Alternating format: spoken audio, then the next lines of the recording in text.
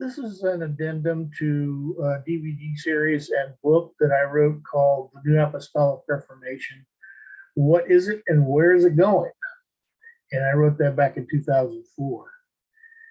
Now, this is some information that came in since the release of the DVD series. And that information further confirms the information that we gave on the series. But particularly, there are two subjects. Number one, C. Peter Wagner's involvement in the latter rain.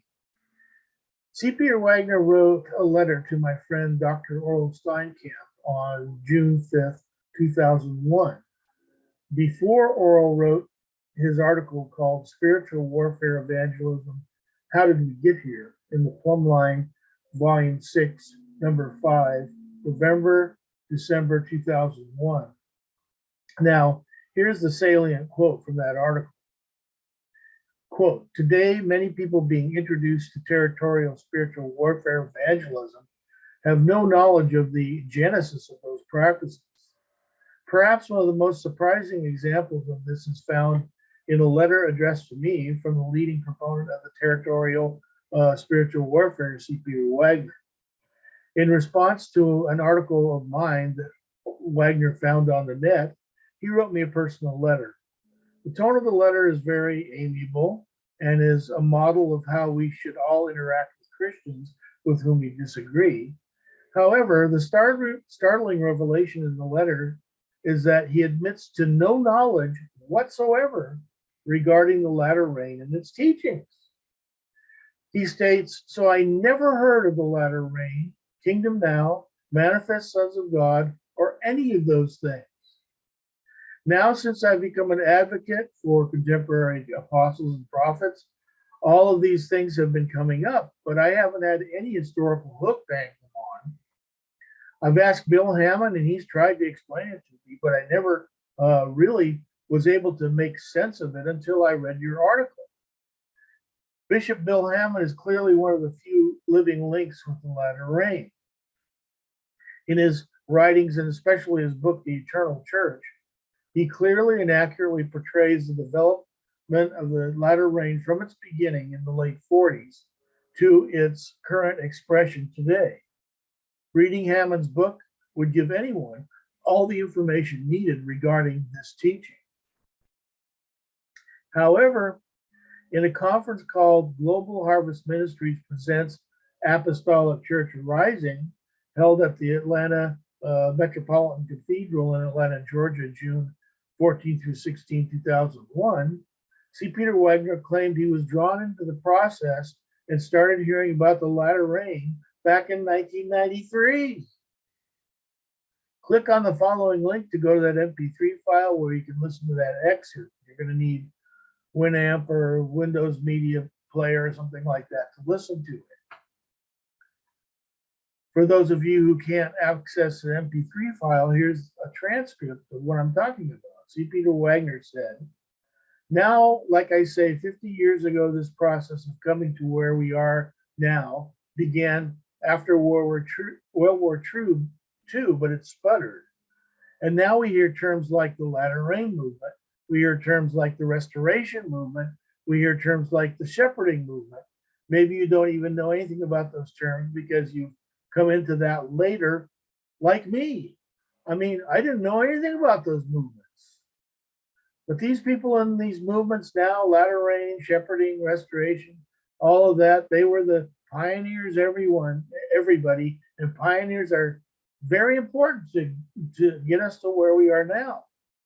But one of the things that goes with the territory was with pioneers is pioneers always make mistakes. Did they make a lot of mistakes? Yes, they made a lot of mistakes. See, and for example, here in America, we have a nation, America, and America for many years depended on pioneers. So we had pioneers going out west. Did they ever make any mistakes? Well, they made a lot of mistakes. Killed too many buffalo, broke their promises with the Indians, ruined land, dust bowls, and things like that. But with all those mistakes, look what we got. I mean, somebody had to go out there and do it. See, same with these movements at the end of the World War II. Somebody had to do it. And the only thing is that so much criticism came because of the mistakes that they made, that for a while the movement was kind of crushed. Then it began resurging again in the early 1990s. And so this is where we have been and where we're going. Because in the early 1990s, God began speaking the same things. And by this time, the dust had settled, the pioneers had made their mistakes and criticism had come. And then God began speaking again. I myself knew nothing about those previous efforts. I mean, I couldn't even spell latter rain. None of my professors at Fuller Seminary or Princeton Seminary ever taught me about that.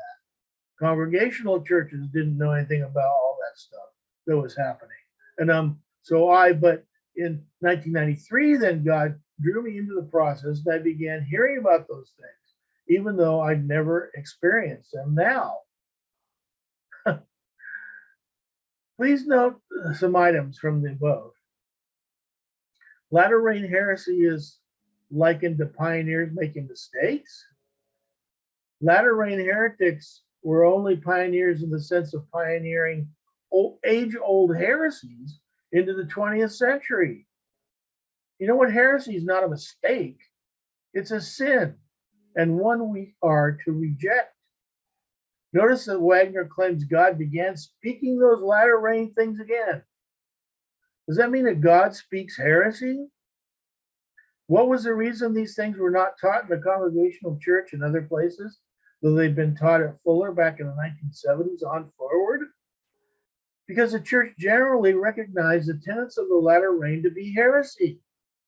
That's exactly what the Assemblies of God did back in 1949, and they rejected it. And by the way, it's all the same stuff that's in C. Peter Wagner's New Apostolic Reformation. The stark reality is that C. Peter Wagner knew about the latter rain at least as long ago as in 1989, when Paul Kane came out to visit John Wimber, C. Peter Wagner's employee at Fuller. Quote, now I told you that for a reason, C, because we're getting to 1989 and we have this going, and all of a sudden John gets in touch with the Kansas City Prophet. Now at that time, Mike Bickle, who's one of our speakers here, why he was the pastor of the Kansas City Prophet. And Paul Kane was one of the prophets, and John Wimber didn't know a thing about them, see? And so God figured John should know. So I'm talking about prophets, see? So Paul Kane calls up John Wimber on the telephone, and he says, John, the Lord has told me to visit you in California. He'd never been. Paul Kane had never been there. So the Lord told me to visit you in California, and John said, well, wonderful, And that's from C. Peter Wagner at the School of the Prophets, May 11, 2001. So we have four forms of spin here. First, he claims he knew nothing about the latter rain until he read Dr. Orrel Steinkamp's article, and even then, he's obviously proud to be promoting it. Secondly, we find him explaining the latter rain rather articulately in 2001 to his conference audience. Thirdly, in this explanation, he claims he got drawn into the process in 1993 when he began hearing about these things. Fourthly, as I've already pointed out, one of those two living proponents of the new order of the latter rain was Paul Kane, associate to William Branham. And he visited John Wimber and C. Peter Wagner in 1989, according to Wagner on the DVD series, and he had to have explained the apostolic movement to them at that time. So when did Wagner first know about the latter rain? Clearly it wasn't in 2001. One more important quote to put this false claim to rest. And this is from the Franklin Hall website, one of the originators of the New Order of the Latter Rain. Quote, the ministry of Dr. C. Franklin Hall was lectured on in C. Peter Wagner and John Wimber's Signs and Wonders course at Fuller Theological Seminary. Such was the influence and effectiveness of Dr. C. Franklin Hall. That was in the 1970s, folks. So is this stuff honesty or deception? You make the call. Secondly, was a connection between Rick Warren and C. Peter Wagner. And on the last segment of the NAR DVD series, we detailed Rick Warren's connections to the New Apostolic Reformation. We didn't have the following information in our hands at that time, but we do now. I now have his full dissertation in my possession. Rick Warren wrote his doctoral dissertation at Fuller Seminary on his church growth ideas. His mentor, C. Peter Wagner. Here's a copy of the first search dissertation's abstract with this listing. The title of his dissertation was New Churches for a New Generation, Church Planting to Reach Baby Boomers, a case study, the Saddleback Valley Community Church in California. The author, Richard Dwayne Warren. It was for his D-Min in 1993. Fuller Theological Seminary Doctor of Ministry program. And his advisor is listed as mentor C. Peter Wagner. The abstract reads like this. 1 out of every 3 Americans alive today was born during the 18-year period between 1947 and 1964. These 74 million adults are the baby boom generation. Today, the youngest of the baby boomers is 24 and the oldest is 41 years old. In addition to being the largest generation of Americans, baby boomers are unique in their attitudes, values, and lifestyles. There are several cultural differences between baby boomer and the generations that both precede and follow them. A People magazine survey found that only 11% of baby boomers regularly attend church. The basic argument of this dissertation is that most baby boomers will never be reached by traditional churches. We must establish new churches to reach this new generation of Americans. It will require new churches that understand the baby boom mindset and are intentionally designed to meet their needs, tastes, and interests. During the past 13 years, I've been researching, testing, and implementing principles and programs to reach baby boomers. I began the Saddleback Valley Community Church in January 1980 in my home with my wife and first family I met when I moved to the area. My target was to reach baby boomers. Today, the church averages about 6,000 attendants. Over 50% of the members are baby boomers, and nearly 70% were saved and baptized at the church. Our church has sponsored 20 daughter churches since it began. In each of these new churches, we've used the same strategy with good results.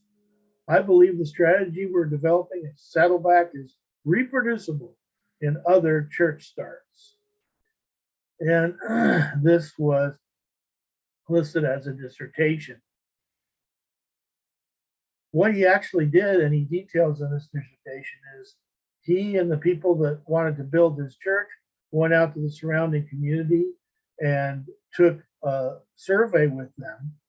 And they asked people what they wanted in the church.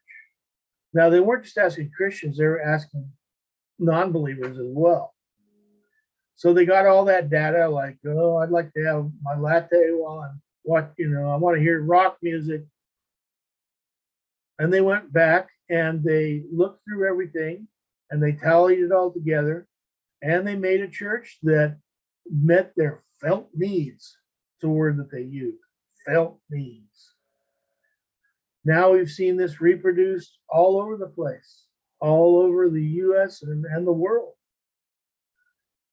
But these guys are not being truthful at all. They are continuing to ladle the New Apostolic and latter rain into churches all over the place.